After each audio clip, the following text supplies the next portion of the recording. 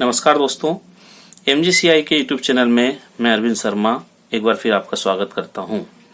हम यहां general agriculture से रिलेटेड जो लेक्चर्स हैं उनके बारे में डिस्कशन कर रहे हैं, जो हमारे विभिन्न एग्रीकल्चर जो प्रिपरेशन कर रहे हैं जो स्टूडेंट, उनके लिए बहुत ही आवश्यक है। विभिन्न प्रतियोगी परीक्षाएं जैसे PSC, bank, forest, Vyapam, seed certification, इन सब में जो एग्रीकल्चर पूछा जाता है उसके बारे में यहाँ हम बात कर रहे हैं। और उसी की सीरीज में अब जो अगला लेक्चर में लेकर आया हूँ यह है important agro climatic concepts. Agro climatic concepts में हमेशा कंफ्यूजन रहता है, जैसे कभी हम एग्रो क्लाइमेटिक जोन्स की बात करते हैं, कभी एग्रो इकोलॉजिकल जोन्स आ जाते हैं, एग्रो इकोलॉजिकल रीजन्स आ जाते हैं, तो हमें कंफ्यूजन रहता है कि ये दोनों में अंतर क्या है और दोनों की संख्या कितनी कितनी है।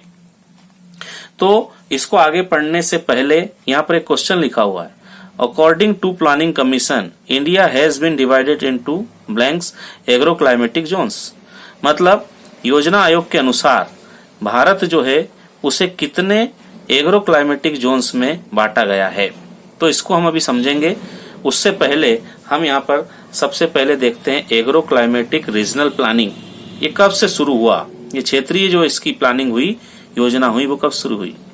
तो इट वाज इनिशिएटेड इन 1988, 1988 से ये जो है इसकी शुरुआत मानी जाती है। 1988 में इसकी शुरुआत हुई by the planning commission. Planning commission जो है उसने इसकी शुरुआत की under the 7th 5-year plan.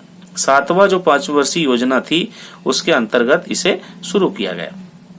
अब हम आगे देखते हैं इसमें regional planning was come into force on the basis of agro climatic factors for balanced regional growth. यहाँ पर हम बात कर रहे हैं कि ये जो रीजनल प्लानिंग है ये फोर्स में किस बेसिस पर आई, तो इसमें हम देखते हैं agro climatic factors for balance regional growth, जो रीजनल या क्षेत्रीय वृद्धि है उसके हिसाब से इसे प्रारंभ किया गया। देयर आर 2 कॉन्सेप्ट, यहाँ पर 2 कॉन्सेप्ट हमको देखने को मिलते हैं। पहला है एग्रो क्लाइमेटिक जोन्स और सेकंड हम यहाँ पर देखेंगे एग्रो इकोलॉजिकल रीजन।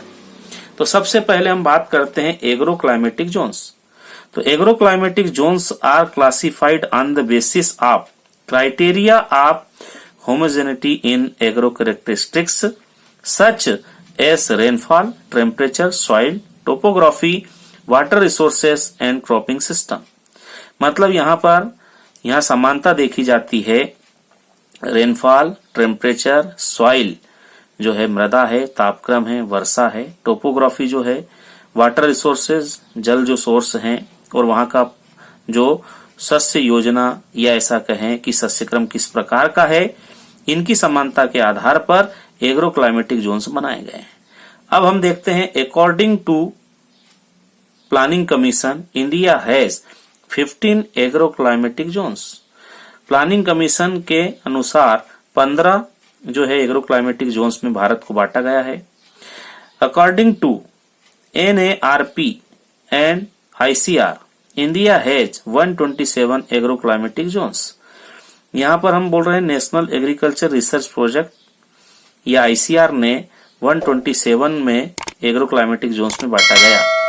पहले की अगर बात की जाए तो पहले ये थे 131, पुराने जमाने की हम बात कर रहे हैं जब ये 131 थे, लेकिन अब हम 131 की जगह हम मानते हैं 127। तो अब आप देखोगे कि यहां से आपका क्वेश्चन भी बन जाएगा। According to planning commission India has been divided into blank agro climatic zones. तो हमने यहाँ पर देखा कि प्लानिंग कमीशन ने 15 एग्रो क्लाइमेटिक जोन्स में बांटा है। अगर हम यहाँ पर बात करें ये 127 वाला जो ऑप्शन है, तो ये यहाँ पर बात की जा रही है ये NARP या ICR के अनुसार है। दूसरा ये 20 और जो 60 है ये एग्रो इकोलॉजिकल रीजन्स हैं, और ये एग्रो इकोलॉजिकल सब रीजन्स है जिसमें इंडिया को डिवाइड किया गया है। सेकंड है एग्रो इकोलॉजिकल रीजन्स। ये जो agro ecological regions is the land unit cut out of agro climatic region when superimposed on land form and the kind of soils acid soil condition that act as modifier to climate and length of growing period. जो growing period की length होती है, climate होता है, इसके अनुसार इसे modified किया जाता है, इसे हम एग्रो इकोलॉजिकल रीजन्स कहते हैं. According to NBSS and LUP, NBSS and LUP का मतलब होता है national bureau of soil survey and land use planning.